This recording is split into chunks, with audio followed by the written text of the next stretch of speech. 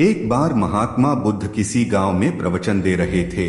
वे अपनी बात को समाप्त करते हुए बोले, मानव के दुख का कारण है स्वयं को किसी से बांधना। जहां भी मोह होता है, बंधन होता है, वहां दुख स्वयं ही उत्पन्न हो जाता है।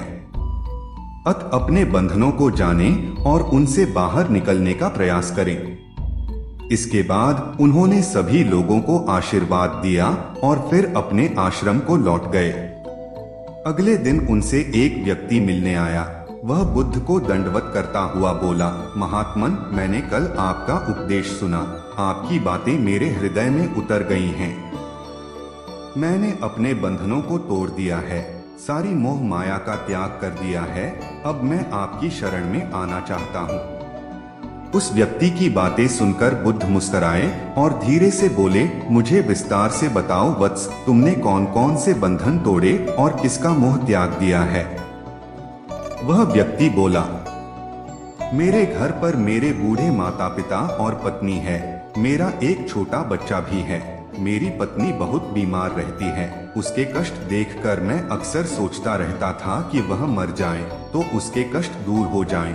उसकी वजह से मैं बहुत दुखी रहता हूँ। लेकिन कल जब मैंने आपका उपदेश सुना तो मेरी समझ में आ गया कि मेरे परिवार से मेरा बंधन ही मेरे दुख होने का कारण है।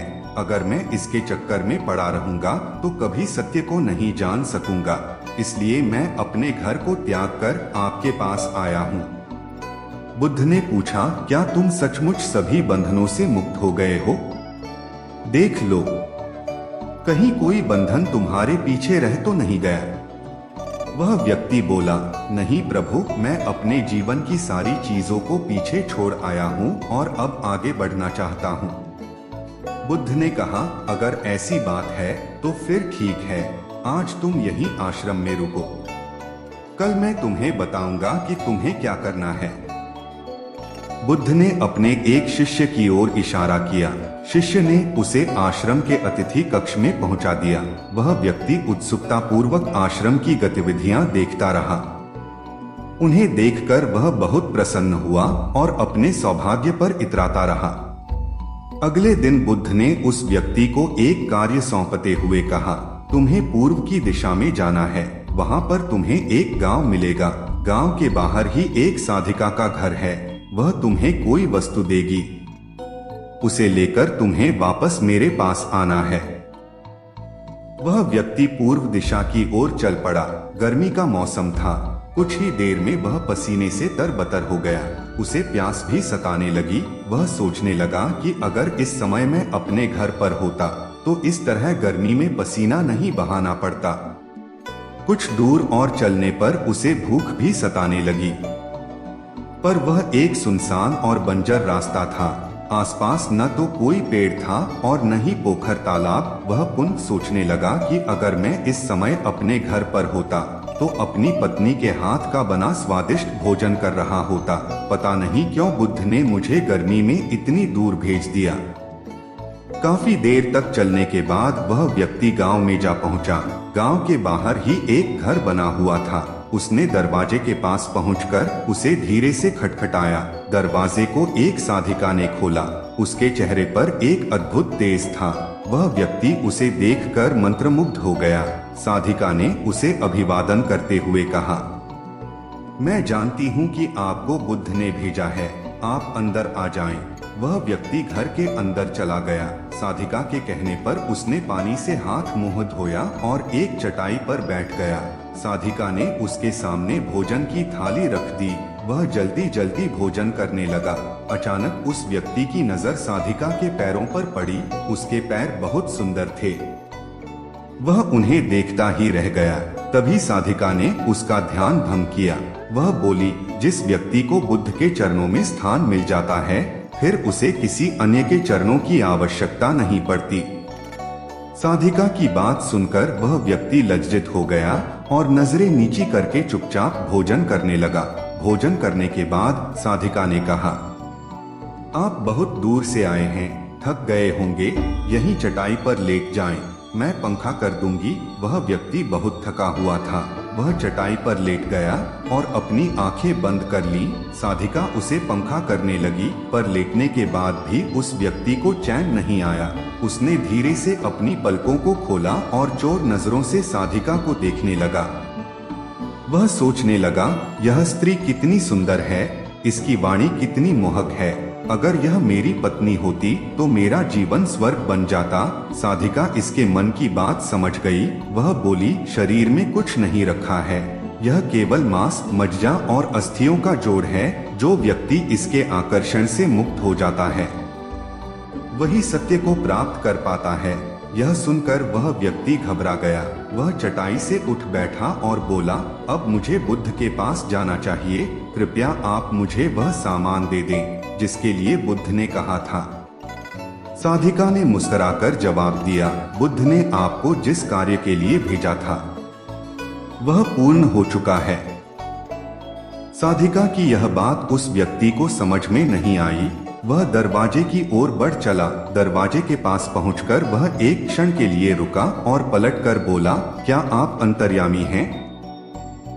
आपने मेरे मन की बातें कैसे समझ ली?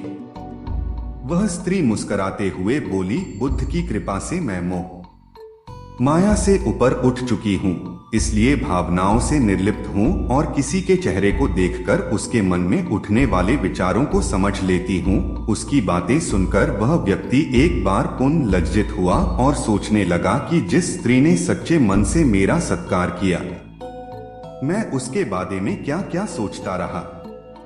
उसके बाद वह बुद्ध के आश्रम की ओर लौट पड़ा। आश्रम में पहुंचकर वह व्यक्ति बुद्ध के चरणों में गिर पड़ा और बोला, महात्मन, मुझे क्षमा कर दें, मैं बड़ा पापी हूँ। उसकी बात सुनकर बुद्ध मुस्कुराए और बोले, मैंने तुम्हें साधिका के पास इसीलिए भेजा था ताकि तुम अपने आप को देख सको। अब मुझे बताओ, क्या तुम सचमुच मोह और बंधन को त्याग चुके हो? वह व्यक्ति कुछ नहीं बोला। वह नजरें नीची किए चुपचाप खड़ा रहा। बुद्ध ने कहा, बाहरी बंधन और मोह को त्यागने से हम बंधन मुक्त नहीं होते। दरअसल बंधन और मोह हमारे भीतर होता है। तुमने परिवार को छोड़ दिया और सोचा कि मैं बंधन मुक्त हो गया, लेकिन जैसे ही तुम्हें अवसर मिला, तुम्हारे भीतर का मोह जाग उठा और इसी वजह से आज तुम अपने आप को पापी समझ रहे हो। मुझे क्षमा कर दें प्रभु। उस व्यक्ति ने अपने हाथ जोड़ दिए। फिर वह धीरे से बोला, आप सही कह रहे हैं, मैं केवल अपनी पत्नी से पीछा छुड़ाना चाहता था। वह बहुत बीमार रहती है। 1 वर्ष से हमारे बीच संबंध भी नहीं बन पाए। मैं कुछ ज्यादा कमाता भी नहीं हूँ, इसलिए मैं अपने परिवार के दायित्वों का निर्वहन भी ठीक ढंग से नहीं कर पा रहा हूँ। शायद इसीलिए मैं अपने परिवार से पीछा छुड़ाना चाहता था, पर अब मैं समझ गया हूँ, मेरा परिवार ही मेरा सत्य है और उसके दायित्वों का निर्वहन ही असली कर्म है।